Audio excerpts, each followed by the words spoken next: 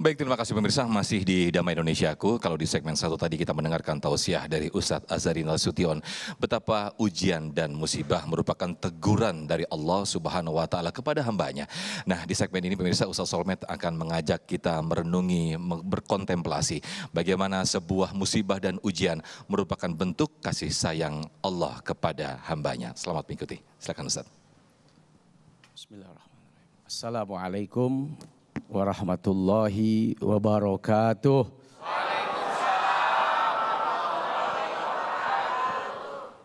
Bismillah, walhamdulillah, assalatu wassalamu ala rasulillah, Sayyidina Muhammad ibni Abdillah wa ala alihi wa ashabihi wa man walah.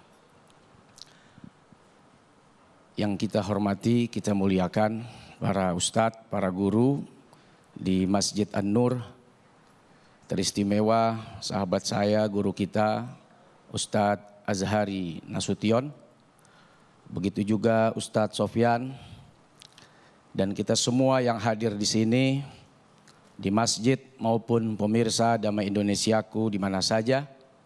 Semoga senantiasa diberkahi, dirahmati dan dimuliakan oleh Allah Subhanahu wa Ta'ala. Inna lillahi wa inna ilaihi raji'un. Satu kalimat yang diajarkan oleh Allah Subhanahu wa Ta'ala sebagai pengingat, sebagai nasihat, bahwa kita tidak ada dengan sendirinya. Kita tidak ada muncul begitu saja. Tapi kita ada di dunia ini, ada yang menciptakan, ada yang memiliki. Dialah Allah Subhanahu wa Ta'ala. Maka ketika sang pemilik mengambil apa yang dimilikinya, itu adalah haknya. Ketika sang pemilik meminta apa yang dimilikinya, itu adalah urusannya. Tidak ada yang berhak ikut campur, mencampuri apa yang menjadi haknya Allah Subhanahu wa Ta'ala. Sehingga kita dicipta dan kita akan kembali kepada Sang Pencipta. Dialah Allah Subhanahu wa Ta'ala. Kapan? Kapan saja bisa. Mau cepat, mau lambat, terserah dia. Mau bagaimana caranya, urusan dia. Urusan kita adalah berusaha, memperbaiki diri, berusaha, muhasabah diri. Yang kita tidak pernah tahu kapan ajal, kematian datang menjemput kita. Bisa jadi 2 menit yang begitu berharga. Saat kita sedang sholat di Masjid An-Nur, tiba-tiba di 2 menit itu keadaan kita sedang ruku. Dan di waktu ruku itu kemudian maut datang menjemput. Tiba-tiba di waktu 3 menit yang kita gunakan untuk membaca Al-Quran, ternyata di menit ke-3,5 belum ditutup itu ayat, maut datang menjemput.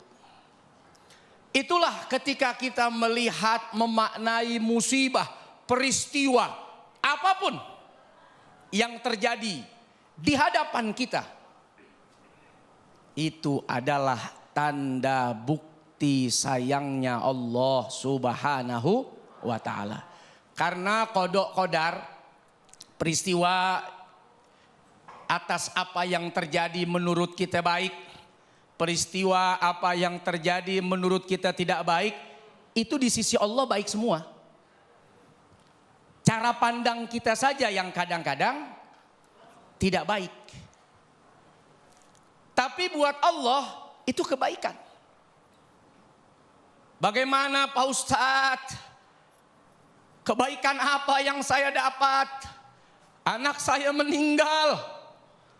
Masih bayi Pak Ustadz. Orang tua mana yang tahan dan kuat merasakan ujian yang begitu berat, bala yang begitu besar.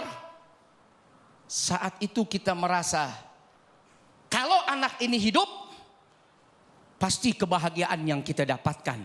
Tapi bisa jadi dalam pandangan Allah wafatnya anak kita di waktu kecil itu justru menyelamatkan kita. Siapa yang tahu tiba-tiba begitu anak itu bersama dengan kita lalai dalam mendidik, kita lalai dalam mengajarkan, kita lupa memperkenalkan agama, kita lupa dalam memperkenalkan dia kepada Islam, kita lupa memperkenalkan dia pada kebaikan. Sakit sedihmu di dunia atas wafat anak tercintamu bisa jadi akan menyelamatkanmu dari sakit, pedih, sedih, dan derita kelak di akhirat.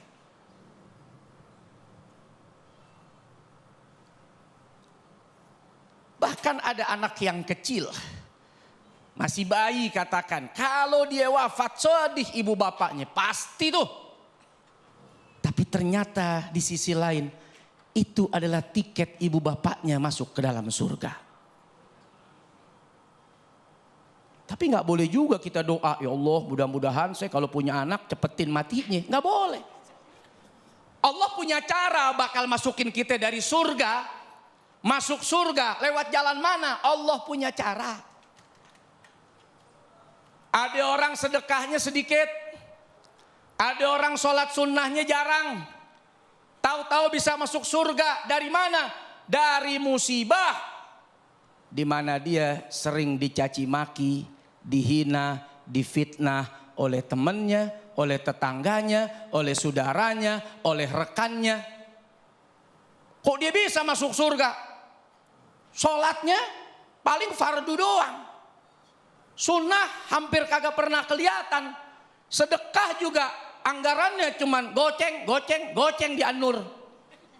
Kok bisa dia masuk surga?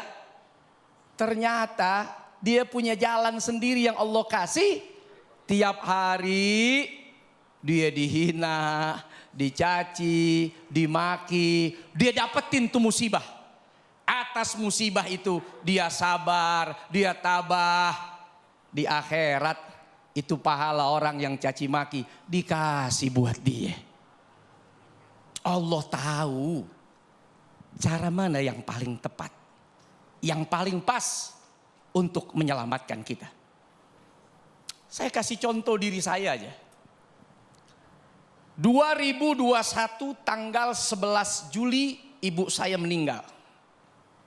2021 16 Juli nyusul bapak saya meninggal.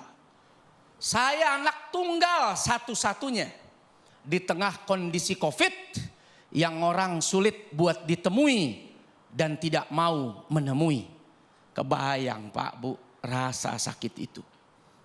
Mau marah ke siapa? Ke Allah. Nah, Allah pantas menguji hambanya. Hamba yang tidak boleh menguji Tuhannya. Kalau engkau sayang kepadaku, kasih dong aku duit yang banyak. Kalau enggak, berarti kau tidak sayang. Nah, itu namanya menguji Tuhan. Tidak boleh. Kalau kau sayang kepadaku, kenapa anakku wafat? Kenapa ayahku meninggal? Kenapa ibuku meninggal? Aku belum besar. Aku pengen punya uang. Kenapa kau wafatkan ayah ibuku? Tandanya kau tidak sayang ya Allah. Kalimat itu tidak boleh keluar. Pedih, sakit, saya rasakan. Tapi saat itu saya mengambil hikmah. Ya Rabb, bisa jadi ini tanda kasih sayangmu di tengah kesibukan saya. Ayah ibu saya sehat. Ayah ibu saya bersama dengan saya. Bahkan saya jarang ketemu di tengah kebersamaannya. Begitu datang Covid, jadwal ceramah tutup semua. Undangan semua tidak bisa ada yang dihadiri karena ada PPKM. Saat itu setiap hari saya bersama dengan ayah dan ibu saya. Dan dia wafat dalam pandangan saya. Dan setiap hari sebelum wafatnya saya bersama dengannya. Di tengah kesedihan saya masih bisa bilang, ya Allah terima kasih. Di tengah akhir hayatnya saya masih bisa berbakti buat ayah dan ibu saya. Di tengah ujung akhir hayatnya saya masih bisa nyuapin makanan ke mulutnya. Saya masih bisa memenuhi keinginannya, jalan-jalan di tengah kondisi orang semua ada di rumah. Saya bawa naik mobil, saya keliling menikmati Jakarta yang sepi. Hatinya gembira, bahagia. Andai saat saya berada sedang di mana, tahu-tahu dia meninggal dunia. Bisa jadi itu penyesalan saya yang paling besar. Ya Allah, saat saya jauh ibu saya wafat, saat saya jauh ayah saya wafat. Tapi saat itu Allah Subhanahu wa ta'ala husnuzon saya, ingin menyelamatkan saya. Semoga saya tidak jadi anak durhaka.